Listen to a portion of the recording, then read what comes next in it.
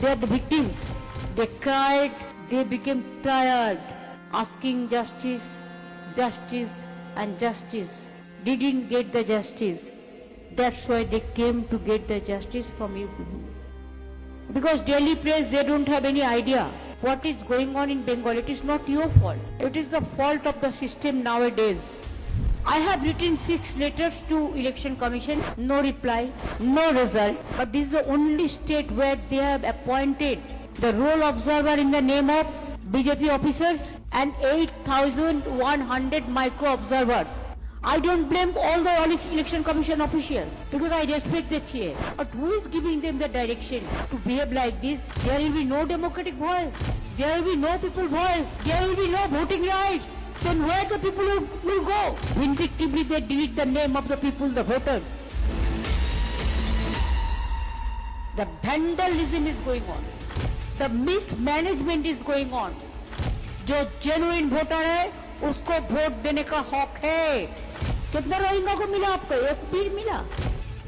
Then why they are raising their fingers only for Bengal? Because Bengal they cannot fight politically. They cannot fight democratically. That's why only Bengal is targeted. I challenge them. If you have the guts, fight it politically. Fight it democratically. Then don't misuse election commission like this. আপনারা হয়তো সকলেই জানেন আজকে SIR নিয়ে supreme কোর্টে নতুন করে অনেক কিছু আবেদন করেছে আমাদের মুখ্যমন্ত্রী মমতা বন্দ্যোপাধ্যায়। তো কি আবেদন করেছে সেটা আমি আপনাদের জানাবো এবং আপনাদের কতটা যুক্তিযুক্ত মনে হয়েছে বা কোনগুলো ঠিক কোনগুলো ভুল আপনারা অবশ্যই কিন্তু আপনাদের মতামত কমেন্টে জানাবেন। তো আমরা দেখতে পাচ্ছি এখানে বেশ কিছু আবেদন কিন্তু জানানো হয়েছে। তো একদমই শেষের দিকে এই আবেদনগুলো যদি অনেক এসআইআর শুরু হওয়ার আগে বা চলাকালীন মধ্যখানে যদি এরকম আবেদনটা করতো তাহলে হয়তো অনেকটা কার্যকরী হতো। এখন অনেকটাই কিন্তু পিছিয়ে পড়েছে মানে আবেদনটা বা অনেকটা দেরি হয়ে গেছে এমনটা কিন্তু হতে পারে। কি বলছে যে মুখ্যমন্ত্রী মমতা বন্দ্যোপাধ্যায়ের কি আবেদন করেছে সুপ্রিম কোর্টে আমরা যদি দেখি এখানে পরিষ্কার করে বলছে যে 2025 সালে যে ভোটার তালিকা সেই অনুযায়ী কিন্তু 26-এর যে বিধানসভা ভোট সেটা কিন্তু হোক। অর্থাৎ সব থেকে প্রথমে যে দাবিটা করা হয়েছে যে এই যে সামনে বিধানসভা ভোট আসছে আমাদের জানি যে 26-এ বিধানসভা ভোট রয়েছে সেই বিধানসভা ভোটটা যেন 2025 সালে যে ভোটার তালিকা রয়েছে সেই অনুযায়ী যেন হয় হলো এটা এক নাম্বার।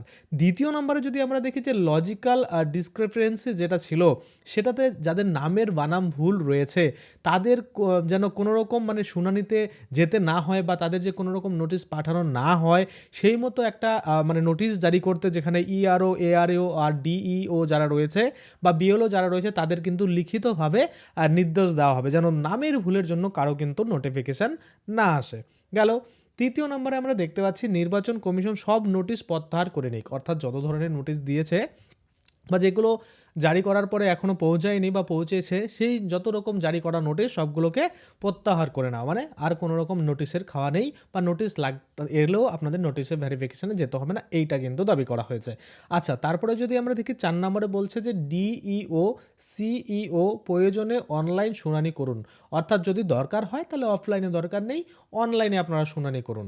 আচ্ছা তারপরে যদি আমরা দেখি বলা হয়েছে 2002 সালের তালিকা অনুযায়ী ম্যাপিং ঠিকমতো যারা করেননি তাদের ফের সুযোগ দেওয়া হোক। অর্থাৎ 2002 সালের তালিকা অনুযায়ী যে ম্যাপিং করার ব্যাপার যারা ম্যাপিং করতে পারেনি তাদেরকে আবার সুযোগ দেওয়া হোক করার জন্য এইটাই কিন্তু বলা হচ্ছে। ঠিক আছে তারপরে নির্বাচন কমিশন তথ্য হিসাবে আধার কার্ড গ্রহণ করুক। অর্থাৎ এই যে আমরা দেখেছি যে 11টা যে নথি দেওয়া হয়েছিল এসআইআর ভেরিফিকেশনের ক্ষেত্রে সেখানে আধার কার্ডকে কিন্তু প্রাধান্য দেওয়া হয়নি বা আধার কার্ডটা আপনার আইডেন্টি হিসাবে ইউজ করতে পারছিলেন। মেনলি আপনার এসআইআর এর নামটা তুলতে বা এসআইআর ভেরিফিকেশন করতে সেখানে আধার কার্ডকে ভ্যালিড ডকুমেন্ট হিসাবে ধরা হয়নি।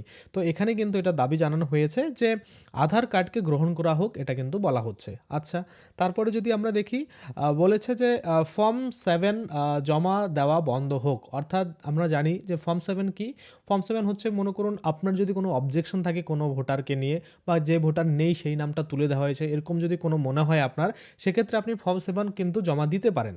অর্থাৎ আপনার অবজেকশন রয়েছে যারা এই ফর্মে অভিযোগ জমা দিচ্ছেন শুনানিতে তারা যেন হাজির থাকেন। অর্থাৎ এটা বলা হয়েছে যে ফর্ম 7 জমা দেওয়া বন্ধ হোক যারা এই ফর্মে অভিযোগ জমা দিচ্ছেন তারা যেন শুনানিতে হাজির থাকে এটা কিন্তু বলা হচ্ছে।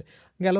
তারপরে বাংলা থেকে প্রত্যাহার করা হোক মাইক্রো অবজারভারদের, অর্থাৎ বাংলায় যে আপনারা জানেন কিছুদিন আগে আমরা দেখলাম বেশ কিছু অবজারভার কিন্তু নতুন করে নিয়োগ করা হচ্ছে, যেটা আমরা সুপার চেকিং দেখছি যে সুপার চেকিং কিন্তু হচ্ছে। তো এই বাংলা থেকে প্রত্যাহার করা হোক, অন্যান্য স্টেটে হোক কোনো প্রবলেম নেই আমাদের মুখ্যমন্ত্রী মমতা বন্দ্যোপাধ্যায়, কিন্তু বাংলাতে যেন না করা হয়, কারণ বাংলাতে অনেক চোর রয়েছে, সেগুলো ধরা পড়ে যাবে, তাই না? তো আমরা এখানে দেখতে পাচ্ছি তাহলে দাবিগুলো প্রথম থেকেই দেখুন, আপনারা কি মনে হয় কতটা যুক্তিযুক্ত হয়েছে? কারণ 2025 সালে যে ভোটার লিস্টে নামগুলো রয়েছে সেটা আপনারা সকলেই জানেন যে আমরা যে ভারতীয়, আমাদের ছাড়াও কিন্তু অনেক বাংলাদেশির নাম কিন্তু, বা রোহিঙ্গা বা অনুপ্রবেশকারী যারা রয়েছে তাদের নাম কিন্তু সেখানে রয়েছে। আর সেই অনুযায়ী যদি ভোট হয় তাহলে আপনারা বুঝতেই পারছেন যে 26-এর যে বিধানসভা নির্বাচন সেটা কিন্তু কেমন হতে চলেছে। আবার লজিক্যাল ডিসক্রিপেন্সি যেটা রয়েছে, যে ছোটোখাটো যে ভুলগুলো রয়েছে সেটার জন্য নোটিশের কী দরকার, সেই নোটিশ দিতে হবে না। আপনার নাম আর আপনার বাবার নাম যদি দুই জায়গায় দুই রকম থাকে তারপরেও কোনো প্রবলেম নেই, সেটা চলবে। এইভাবেই কিন্তু নোটিশ জারি করে দেওয়া হোক, ডিও মানে যারা ডিও রয়েছে, এআরও রয়েছে, ইআরও রয়েছে, এমনটা কিন্তু বলা হচ্ছে। এবার আপনারা একটা জিনিস ভাবুন, সিস্টেম তো মনে করুন সবাইকেই নোটিশ দেবে যাদের নাম মিলবে না, তাই না? তো সেক্ষেত্রে আপনি 2025 সালের অনুযায়ী আপনার যে নাম রয়েছে এবং 2002 সালের যে আপনার নামটা রয়েছে সেটা অনেকেরই ভুল রয়েছে। তো সেই নিয়ে তো সমস্যা নেই, বা সেই নিয়ে তো আপনাকে মানে কিছু মানে প্রবলেম ক্রিয়েট হচ্ছে না। শুধুমাত্র আপনাকে একটু নোটিফিকেশান আসছে, আপনাকে যেতে হচ্ছে, আপনাকে ভেরিফাই করতে হচ্ছে যে হ্যাঁ এই লোকটা আর এই লোকটা আপনি, কিন্তু আপনার নামে একটু ভুল ছিল, হয়ে গেল। এবার যদি আমরা দেখি, আরও বলা হয়েছে যত রকমের নোটিশ যে দেওয়া হয়েছে সেগুলো প্রত্যাহার করতে হবে। তো দেখুন একটা জিনিস ভাবুন, ভেরিফিকেশান মানে কি? স্পেশাল ইন্টেন্সিভ রিভিশন, মানে এই যে বিশেষভাবে বিশেষ নিবিড় যেটাকে আমরা বলছি, বিশেষ সংশোধন নিবিড় যেটা আমরা হচ্ছে, বা এই যে এসআইআর এর ফলে আমরা কি জানি যে ভোটার তালিকা স্বচ্ছ হচ্ছে। এবার এখানে যদি এইসব জিনিসগুলো বাদ করে দেওয়া হবে, বাদ মানে না করা হয় ভেরিফিকেশনগুলো, তাহলে কি স্বচ্ছভাবে ভোটার লিস্ট তৈরি হবে? আর যদি স্বচ্ছভাবে ভোটার লিস্ট তৈরি না হয় তাহলে কি 26-এর যে বিধানসভা নির্বাচন সেখানে কি মনে হয় আপনার ঠিকঠাক ভোট হবে? অবশ্যই হবে না। এবার দেখুন, আমি কিন্তু কোনো পার্টির হয়ে কথা বলছি না, মানে না এই পার্টি না ওই পার্টি, আমি জাস্ট বলছি যে এই যে লজিক্যাল ব্যাপারগুলো রয়েছে, এই লজিক্যাল ব্যাপারগুলো আমরা তো, আপনিও চান আমিও চান, যারা বাইরের মনে করুন আমাদের ভারতের নয় তাদের কেন অধিকার থাকবে আমাদের ভোটিংয়ের সাথে, তাই না? আমরা কাকে ভোট দেবো না দেবো সেটা আমাদের রাইটস। এবার তারা এসে কিন্তু তাদের যে মতামত সেটা দিতে পারছে। অন্য দেশে গিয়ে আমরা কি দিই? আমরা কি বাংলাদেশে গিয়ে বাংলাদেশে ভোট দিয়ে আসি? অবশ্যই দিয়ে আসি না। কিন্তু দেখা যায় অনেক বাংলাদেশি এমন রয়েছে যারা কিন্তু ভারতে এসে আধার কার্ড, ভোটার কার্ড বানিয়ে নিজেদেরকে ইন্ডিয়ান বলে দাবি করে তারা কিন্তু এটা করে। তো সেজন্যই এই যে ভেরিফিকেশন, আপনারা জানেন যে শুধুমাত্র যে এসআইআর হয়েই থেমে যাচ্ছে এমনটা নয়। আমরা দেখতে পাচ্ছি জনগণনাও কিন্তু শুরু হবে। অর্থাৎ এই যে এসআইআর এর নামগুলো বাদ পড়বে, এবং যারা বাদ পড়ে থাকলো তাদের জনগণনা করতে গিয়ে যদি দেখা যায় তারা বাইরের বাংলাদেশি অনুপ্রবেশকারী, তাদের জন্য জানেন ডিটেনশন ক্যাম্প কিন্তু ইতিমধ্যে তৈরি করে রেখেছে। তো এই যে ঘটনাগুলো ধাপে ধাপে ঘটছে, এটা কিন্তু যথেষ্ট ভোটার তালিকা স্বচ্ছ হবে যদি সব ঠিকঠাকভাবে হয়। কিন্তু আমাদের মুখ্যমন্ত্রী মমতা বন্দ্যোপাধ্যায় কেন জানি না এরকম সবসময় দেখা যায় যে অপোজিটই থাকে। এবার আমি জানি আমাদের মানে এই যে মুখ্যমন্ত্রী মমতা বন্দ্যোপাধ্যায় তিনি চায় যে সাধারণ মানুষের কিন্তু কোনো রকম হয়রানি না হোক, সেটা স্বাভাবিক, ভালো, খুবই ভালো। কিন্তু যারা অবৈধ রয়েছে তাদের নামগুলো তো বাদ যাওয়া দরকার, তাই না? তো সেক্ষেত্রে এই যে স্পেশাল ইন্টেনসিভ রিভিশন সেটা যদি এইরকমভাবে করা হয়, যেমন আমি দেখতে পাচ্ছি ধরুন আমাদের পাড়ার মধ্যে এই লোকটার নাম কিন্তু ভোটার লিস্টে আছে কিন্তু এই লোকটা নেই, সেক্ষেত্রে আমি ফর্ম 7 জমাই করতে পারি, তাই না? আপনার অবজেকশন থাকতেই পারে।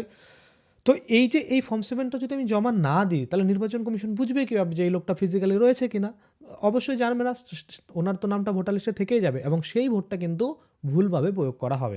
তো সেইজন্য কিন্তু এই যে ফর্ম 7 সেটাও বলছে বন্ধ করে দেওয়া হোক। তাহলে আপনারা বুঝতেই পারছেন যে এই যে ঘটনাগুলো ঘটছে বা এই যে দাবিগুলো জানাচ্ছে এটা কিন্তু আমার মতে মানে মনে হচ্ছে যে ঠিকঠাক নয়। কারণ নির্বাচন কমিশন বলুন বা আমাদের যে মনে করুন যে যেকোনো একটা রুলস রয়েছে সেই রুলস অনুযায়ী কিন্তু আমাদের চলতে হয়। তো তেমনটাই হচ্ছে এই যে এসআইআর রয়েছে এটা শুধুমাত্র বাংলায় হয়েছে এমন তো নয়। বাংলা ছাড়া আরও অনেক জায়গায় হচ্ছে, আরও অন্যান্য স্টেটগুলোতে হচ্ছে।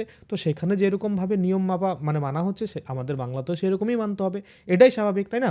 তো দেখা যাক এই যে মমতার যে আবেদনগুলো বা আমাদের মুখ্যমন্ত্রী মমতা বন্দ্যোপাধ্যায়ের যে আবেদনগুলো সেগুলো কতটা কার্যকর হয়। আমার তো মনে হচ্ছে এসআইআর একদম শেষ পর্যায়ে চলে আসছে।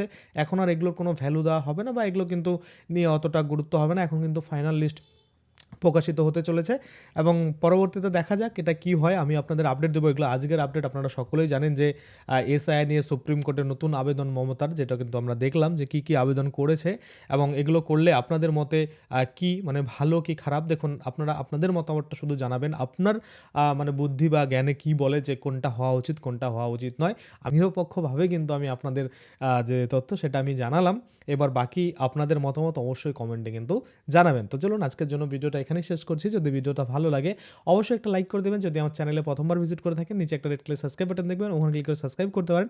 আর সাথে যে বেল আইকনটা রয়েছে ওখানে ক্লিক করে বেল আইকনটাকে এনেবল করে দেবেন। তাতে করে কি হবে, যখনই আমি এই ধরনের কোনো ভিডিও বানাবো সেটার যে নোটিফিকেশন সেটা কিন্তু আপনার কাছে পৌঁছে যাবে। ধন্যবাদ।